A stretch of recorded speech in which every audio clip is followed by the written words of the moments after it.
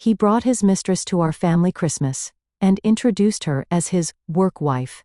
In front of my mom. I didn't even notice the door open at first. Frank Sinatra was crooning, "Have Yourself a Merry Little Christmas" from Mom's old stereo, the scent of cinnamon rolls warming in. The oven filled the air, and Lily was twirling in her red and green dress, her handmade ornament clutched in one hand. Then, it got quiet. Too quiet. I turned toward the door, and my heart dropped. There he was. Greg. My husband. In his gray wool coat, snow still melting in his hair, and next to him, like something out of a holiday perfume ad, stood a woman I had never seen before. A tall, striking brunette in a tight bright red dress that screamed, "I'm not here for the ham and mashed potatoes." "This," Greg said, with a casual grin like he'd just brought a new board game, "is Rachel. My work wife. You know how it is, right?" I blinked. I waited for someone to laugh. No one did. Not Mom, who was setting the cranberry sauce on the table with her usual grace. Not Lily, who had started to run toward her dad but slowed to a stop, her eyes locked on the woman in red. Not me, because my lungs forgot how to work. Rachel gave a bright, pageant-winning smile and extended her gloved hand. "Hi, Merry Christmas. I've heard so much about all of you." She said it like she belonged here. Like she'd been invited. Like this was normal. My mother, ever the hostess, looked her over with a smile so tight it could snap piano wire. "Welcome," she said, her eyes darting to me. "Greg didn't mention you were bringing a guest." "Oh, last minute," Greg chimed in, brushing the snow from his coat like this was a PTA meeting, and not the only sacred day I cared about all year. "We got out of the office and, well, traffic was hell, so I figured, why not? Why not?" Like this was some spontaneous, harmless decision. Not betrayal. Not humiliation. Not a slow, twisting knife to the gut. Rachel walked further into the room, her heels clicking against the hardwood floor like gunshots. "Your home is so cozy," she said to Mom. "It smells like a Hallmark movie. I just love that." I hadn't moved. My limbs didn't belong to me. My hands were still holding Lily's pink juice cup and a napkin folded into a little reindeer. My jaw clenched so tight I thought my teeth might crack. Greg turned to Lily, kneeling down. "Hi, sweetheart. Merry Christmas." Lily smiled, but it was small, uncertain. She looked at Rachel, then at me. "Daddy." "Who's that lady?" Rachel crouched with a faux gasp. "You must be Lily. Oh my gosh, your dress is adorable. I've seen pictures of you all over Greg's desk." I wanted to scream. Instead, I walked toward them, my heart beat a war drum in my ears, and gently took Lily's hand. "Let's go help Grandma in the kitchen," I said, brushing a strand of hair from her face. Behind me, I heard Rachel's laugh. The kind of laugh that's just a little too loud. A little too intimate. Like she already knew where the wine glasses were. Dinner was unbearable. Mom had done her best. Roasted turkey, maple-glazed carrots, and her famous garlic mashed potatoes, all arranged with silverware that hadn't been used since Dad died. The table sparkled under the soft light of the chandelier. Lily sat between us, her eyes drifting from me to Greg to Rachel. And Rachel? She thrived.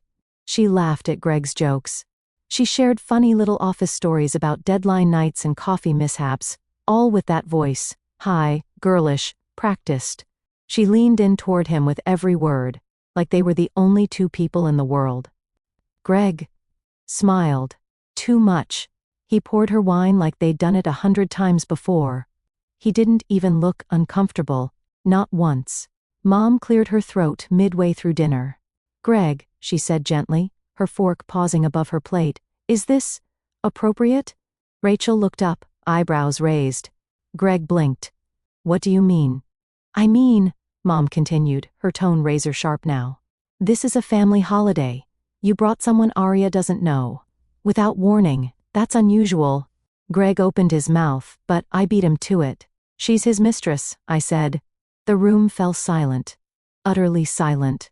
Even Sinatra had stopped. The music had changed tracks, and there was a beat of quiet before Bing Crosby's voice kicked in softly. "I'll be home for Christmas." Rachel's wineglass hovered mid-air. Greg's face paled. Lily, not understanding but sensing the shift, looked up at me with wide eyes. "Aria," Greg started. "No," my voice came out calm. Clear. A miracle, given that every inch of me felt like glass about to shatter. You didn't even try to hide it, Greg. You brought her here, to my mother's house, on Christmas Eve, and you thought calling her your work wife would make it less disgusting? Rachel set down her glass. Okay, maybe you should leave, I said. No one moved. Mom's hands were folded in her lap. Her knuckles were white. Rachel's eyes flicked between us, her poise cracking for the first time. Greg looked like he wanted to disappear. But I didn't cry. Not yet. I stared at him across the table, past the candles and the cranberry sauce, through the steam rising from the green beans. I saw him, really saw him, for what he was. A man who thought he was too clever to be caught. A man who underestimated me. And for the first time in a very long time, I felt something other than shame or fear. I felt rage. Cold. Pure. Focused. I don't know what you were expecting, I said quietly. But if you thought I'd sit here and swallow this with the turkey, you really don't know me at all. Rachel stood up. Maybe we should go. Greg didn't stop her. He just followed. As the door shut behind them, I exhaled. Mom reached across the table, her hand gently covering mine. Lily looked up at me and whispered, "Are you okay, Mommy?" I nodded. But inside, something had snapped, and I wasn't going to pretend anymore. There's something cruel about memory, the way it sneaks up on you, not like a wave but like the sound of a song you haven't heard in years. A song that once meant something. A song you still know by heart. That's what it felt like, standing in Mom's kitchen hours after Greg and Rachel walked out, Lily asleep upstairs, the silence thick as snow outside. My fingers wrapped around a cold mug of tea I hadn't touched. And the ghosts of 8 Christmases filled the room. The first one was magic. We'd just moved into our tiny apartment, 2 rooms, no dishwasher, and a radiator that hissed like an angry cat. I hung dollar store garlands on the walls and taped paper snowflakes to the windows. Greg brought home a crooked little tree he found at a gas station lot, and we decorated it with popcorn strings and mismatched ornaments from his childhood. We had no money, no plans, just each other. He'd wrapped a tiny jewelry box with comic book pages and tucked inside a silver bracelet. "It's nothing fancy," he said, watching me open it. "But it's a start." I remember crying into his neck, whispering that I didn't need fancy. I just needed him. He kissed my forehead and said, "You've got me, forever." The second Christmas, I was pregnant. I'd spent most of December throwing up, waddling, and crying over baby socks. Greg was still working nights at a startup, coming home exhausted but always grinning when he saw me. "You look like magic," he'd say, pressing a hand to my swollen belly. We took cheesy pictures in front of the tree, me in Santa pajamas, him in elf boxers. We laughed until we couldn't breathe. He read baby books out loud, practicing lullabies on his guitar. He was tender, attentive, excited. He was mine. I don't know when the cracks started, maybe year 5, maybe earlier, and I just refused to see them. Greg had gotten promoted that spring. He came home that night with a bottle of champagne and that boyish sparkle in his eyes I used to adore. "They're calling me the idea guy," he beamed. "The client whisperer. Can you believe that?" I did believe it. I was proud of him. I remember hugging him in the kitchen, my hands sticky from cutting peaches for Lily's snack. He smelled like new cologne and success. It should have been a good thing. But after that, he started coming home later, talking faster, sleeping less. His phone buzzed constantly. He laughed at texts he wouldn't show me. I blamed myself. Of course I did. "I'm just tired," I told myself. "He's tired. We're both tired." I blamed the baby years, the sleep deprivation, the laundry piles, the way I felt invisible in my own skin. I blamed the body that motherhood had left behind, stretched, scarred, softer. I blamed my career drop, my moods, my silence. I blamed everything, except him. Because that's what love does, right? It makes excuses. It covers bruises with scarves. It tells you to be grateful he still comes home at all. The first time I truly knew something was wrong, it was winter. I had borrowed Greg's car to run to the pharmacy. Lily had a cold and we were out of tissues. And there it was, faint, but unmistakable. A perfume. Not mine. Not even close to mine. Sweet. Expensive. feminine in a way that made my stomach flip. When I asked him, he laughed. Babe, that's probably from a rideshare client. Or the intern spilled something again. She always wears way too much. And I believed him. Or rather, I forced myself to. Because the truth would have meant war. The truth would have meant tearing everything down. It got worse after that. Client dinners, he'd say, loosening his tie and avoiding my eyes. Team drinks. You know how it is. He stopped kissing me when he walked in. Stopped noticing when I cried. Some nights I'd call, and it would ring until voicemail. Other nights, it went straight there. And the excuses? They got lazier. Oh, I forgot my charger. Sorry, I didn't hear it buzz. My phone died. Again. I stopped asking after a while. Stopped checking the time. Stopped hoping. And that's the most dangerous kind of silence. The one you build yourself, one unanswered call at a time. I think the worst part wasn't the lying. It was how good he got at it. How he taught me to doubt myself. To second-guess my gut. To smile through the dinners where he was emotionally elsewhere. To believe him when he said you're overthinking again, like my intuition was a character flaw. He didn't just cheat on me. He trained me to ignore it. He fed me just enough affection to keep me loyal, just enough attention to make me stay, just enough gaslight to dim my fire without putting it out completely. He made me feel crazy for caring, for noticing, for asking questions, and I let him. I sipped my cold tea and stared at the twinkling Christmas lights, each one reflected in the kitchen window like 1,000 tiny lies. He brought her here, to our Christmas, to my mother's table. I wanted to rage, to scream, to throw plates and tear garlands off the walls, but instead I sat there and remembered. Because somewhere inside me, a part of me was waking up, the part that had been numb for years. The part he had tried so hard to kill with his charm and excuses. And she was angry. So angry. The dining room was glowing with candlelight, the table perfectly set, rosemary sprigs tucked into linen napkins, my mother's. Fine china pulled out for the occasion. Even the cranberry sauce served in the crystal bowl we only use twice a year. It should have been beautiful. It was beautiful. Except for the rot sitting right in the middle of it. Rachel? Wearing a deep red velvet dress and fake modesty, she smiled like she belonged there. Like she hadn't just walked into our family's sacred space and desecrated it with her perfume and her lies. She was seated directly across from me, between my mother and Greg, who had the audacity to rest his hand on the back of her chair like they were at a company gala instead of my mother's Christmas table. Lily was next to me, coloring the edge of her napkin with a red crayon, blissfully unaware that her family was moments away from shattering. Or maybe not. Maybe kids know more than we give them credit for. Rachel reached for the wine.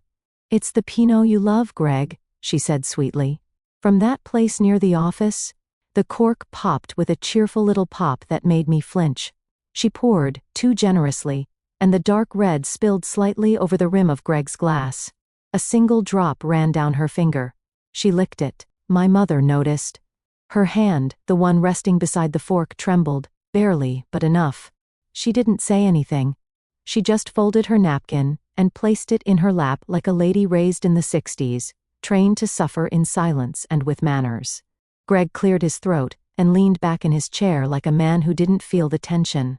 Like a man who'd rehearsed for this. "So," he said brightly, "I know this is a little untraditional, but I really wanted to bring Rachel tonight. She's been working insanely hard. Saved one of our biggest accounts last week actually. The client was about to walk, and boom, she swoops in, nails the pitch. Total rock star." Rachel laughed, self-deprecating. "Well, it was a team effort." He grinned. "You're too humble. She's basically my right hand." He looked at me when he said that. I felt the words like acid on my skin. Lily tugged at my sleeve. "Mommy?" I leaned down. She cupped her hand around my ear, whispering with the clumsy softness only kids have. "Daddy always says he's with that lady when he can't come home." She pointed discreetly at Rachel with a little nod, like it was a secret we were sharing. My stomach dropped. I felt the color drain from my face, not in a dramatic way, but slow, like a bathtub with the plug pulled. My limbs went cold. My pulse went sharp in my ears. I kissed Lily's forehead. "Go get your bunny from your bag, sweetheart." She scampered off, oblivious. The room shifted slightly, like the floor had tilted. "I'm just gonna check the kitchen," I said, almost to no one. I walked stiffly, like I was made of wet paper, like if anyone touched me, I'd collapse. In the kitchen, I gripped the edge of the counter with both hands. The ceramic was cold, sharp against my palms, real.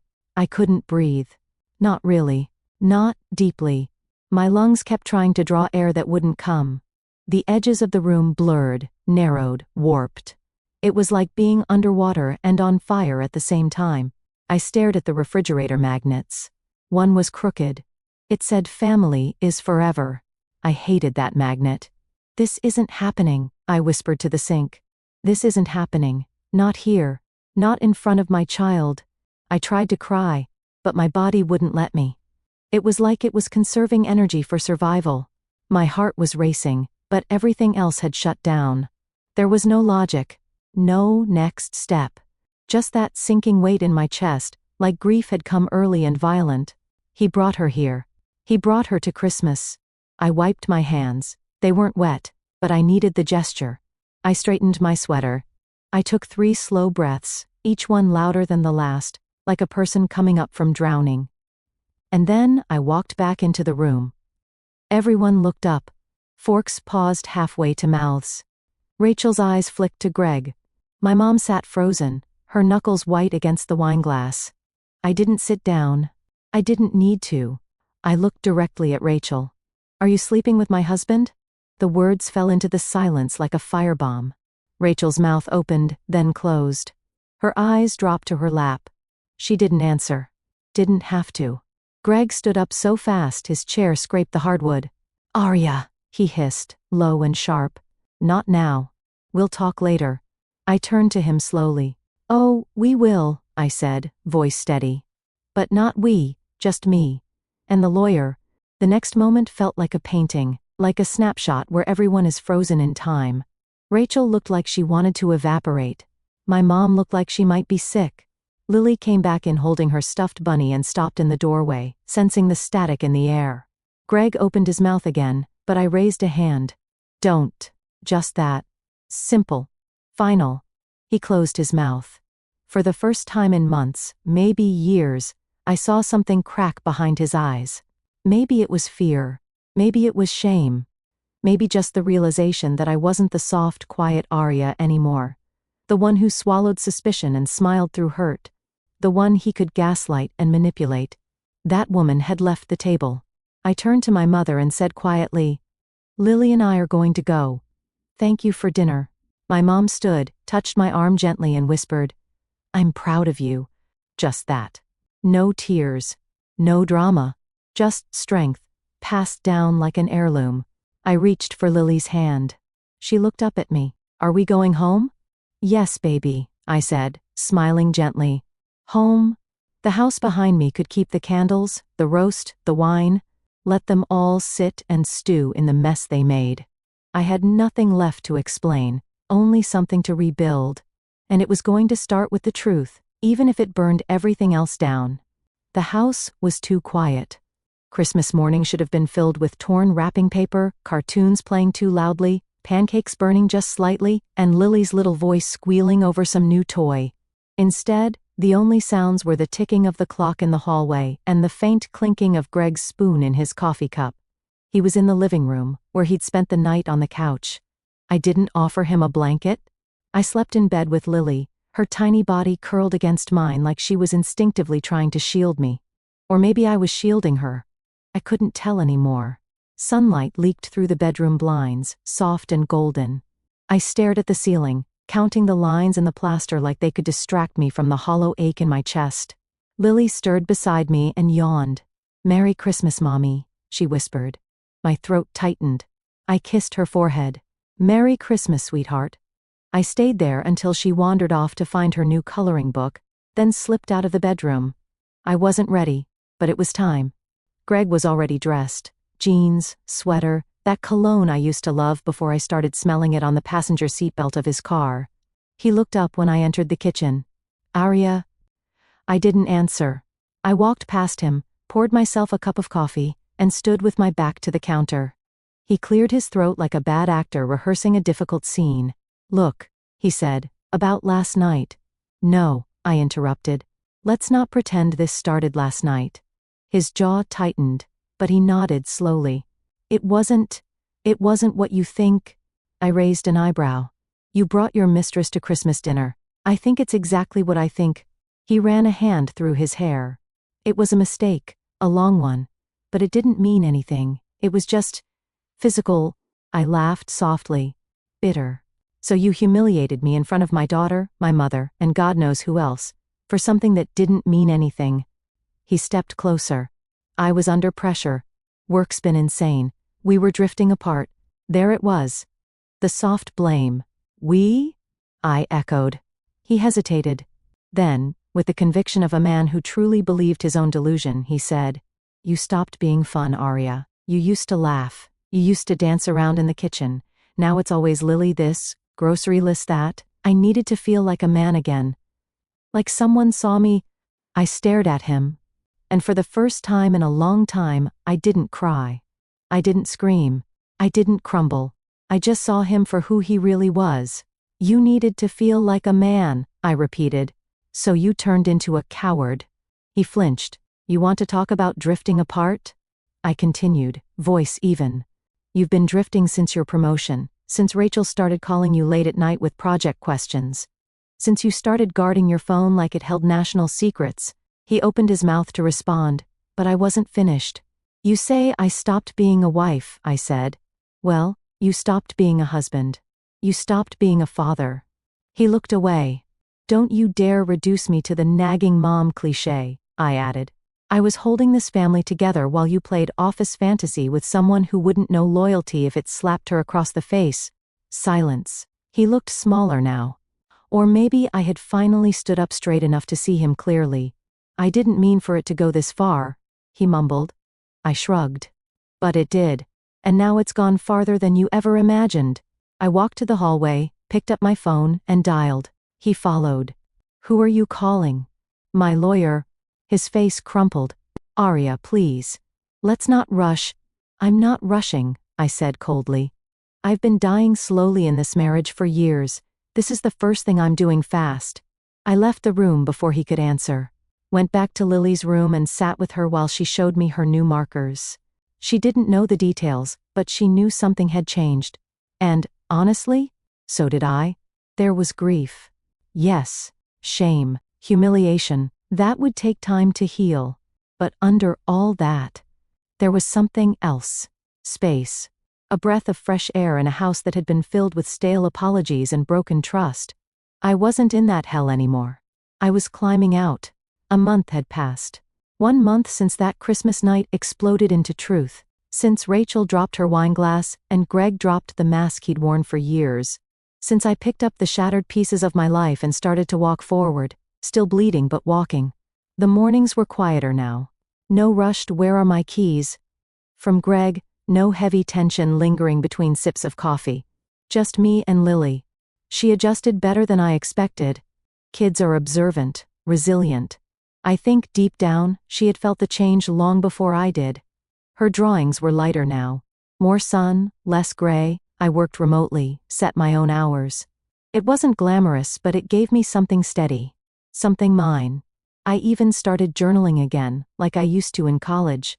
Late nights on the balcony with chamomile tea, my legs tucked beneath me, writing about everything and nothing. Some nights I cried. Some nights I just sat, listening to the wind, remembering that silence didn't always mean loneliness. Then one Friday evening, the doorbell rang. I was folding laundry, while Lily watched a cartoon in the other room. I opened the door. Greg. He looked like someone who hadn't slept in a week. Hair messy, suit wrinkled, eyes bloodshot. Can I talk to you? He asked. I hesitated. But I stepped aside. He walked in slowly, like the floor might fall beneath him. I didn't offer him coffee. Or sympathy. He sat on the edge of the couch, hands clasped like he was praying. Rachel's gone, he said. I didn't blink. She left me 2 weeks ago, said I was a mess. Said she never signed up for all this baggage. He gave a hollow laugh. She's with someone else now, another guy from our office, younger, no kids, no past. I nodded. She moves fast. Greg looked up. I deserved that. You did, I said calmly. He swallowed. I thought she actually cared. That maybe I wasn't just a midlife mistake. He looked around the room like he was remembering something that used to be his. I also lost my job, he added. Now that got my attention. What? HR found out. There was an investigation. Apparently she's been involved with others too. I guess I was just one in a long line of poor judgment calls. They asked me to resign quietly. I didn't speak. I just listened. And for the first time he kept talking without interrupting himself to defend, deflect, or deny.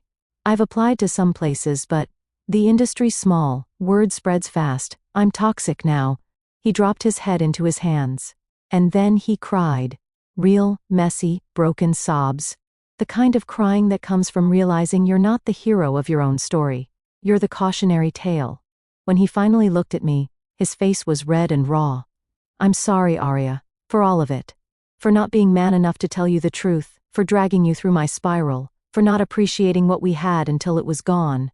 I sat across from him, my hands folded, my breath steady. I'm not the same woman you left, I said softly. I used to be afraid of you, afraid of asking too many questions, of making you uncomfortable, of being the wife who nagged. I leaned forward. But now?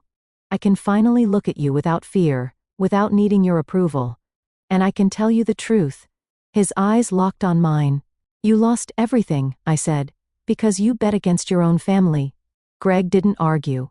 He nodded, like he'd heard those words in his own mind many times but never had the courage to say them out loud. I don't expect you to forgive me, he whispered. I already did, I said. Not for you. For me. Because carrying your sins isn't my burden anymore. He stood slowly, like he aged 10 years in front of me. I'm sorry, Aria. Truly. And then he walked to the door. I hope one day, Lily will forgive me too. I didn't answer. That part wasn't mine to promise. The door shut behind him. And I stood there in the quiet again. But this time, it wasn't heavy. It was clean. Cleared of secrets and shame and second chances that weren't mine to offer. It was the sound of karma doing its work. And me, finally, fully, letting go.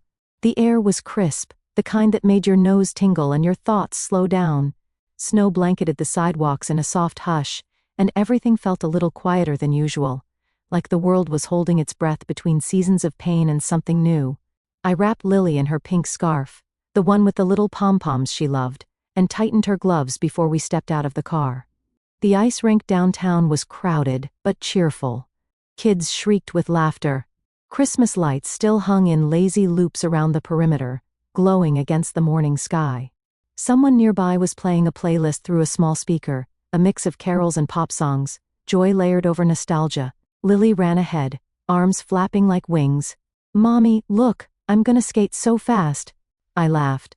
Just don't fly off the edge. She beamed and disappeared onto the ice, her wobbly feet finding rhythm. I stood there for a moment, hands in my pockets, just watching her. This was what mattered. Not the drama. Not the heartbreak. Not the man who'd burned our Christmas down like a drunken guest knocking over a candle. But this, my daughter spinning like the world couldn't hurt her. I turned and walked toward the cafe on the corner. A little place I hadn't noticed before. It smelled like cinnamon and espresso, and freshly baked second chances. The barista was tall, maybe 25, with a man bun and a flirty grin. Hey there, he said, handing me a cup. Latte with oat milk, right? I blinked. How'd you know? He tapped his temple. Holiday intuition. Or maybe I just get lucky. I laughed, not the polite kind but real, surprised laughter that bubbled up before I could suppress it. Well, I said, then I guess this is your lucky morning. He gave a little wink. Maybe yours too. I raised my cup in thanks and turned to leave, still smiling. That's when I saw him. Standing by the pastry case, looking just as startled to see me. Aria? I tilted my head. Eli? Eli. My old neighbor from the apartment building Greg and I lived in during our first year of marriage. We used to pass each other in the hall, trade awkward smiles, hold the elevator doors. Back then, he had a wife. A baby boy. Now he looked older, leaner, his hair touched with gray. But his eyes, still the same soft hazel, still kind. We both stepped closer, like we couldn't believe the person in front of us was real. I haven't seen you in, what, 7 years? He asked. 8, maybe. Since you guys moved? His face flickered. Yeah. After Sarah passed, I couldn't stay there. My heart clenched. I'm so sorry. He nodded gently. Thank you. It's been a journey. We stood in the warm silence of shared understanding, two people who'd lost something, someone, and were still here anyway. I'm back in town now, he said. Moved in with my parents for a while but got my own place last fall. My son's 9 now. He pulled out his phone and showed me a picture. A gap-toothed boy holding a fishing pole, smiling like the world was still full of magic. He looks happy, I said. He is. Most days? I nodded. That's the goal, isn't it? We both smiled. Not forced smiles. Not, I'm fine, smiles. But the kind that come when you realize someone else has walked through their own fire and come out softer, not harder. A gentle pause passed between us. Anyway, he said, I should let you go. Don't want your coffee to get cold. I looked down at the cup, still warm in my hands. Thanks, Eli. It was really good to see you. He smiled. You too, Aria. Maybe I'll run into you again? Maybe you will, I said, and meant it. Back at the rink, Lily had found her balance. She waved at me across the ice, cheeks flushed, eyes sparkling. I sat on a bench nearby, sipping my latte, feeling the wind graze my cheeks. There was no big revelation, no sweeping orchestral music or slow-motion epiphany, just peace. Not the kind you search for. The kind that finds you when you finally stop fighting what's already gone. I looked around. Families, couples, strangers, all moving, living, loving in their own imperfect ways. And I was here. Still standing. Still whole. Still Aria, maybe a different version, but not a broken one. This year, I unwrapped the truth. Ugly, unwanted, but necessary. And maybe next year? Maybe I'll open my heart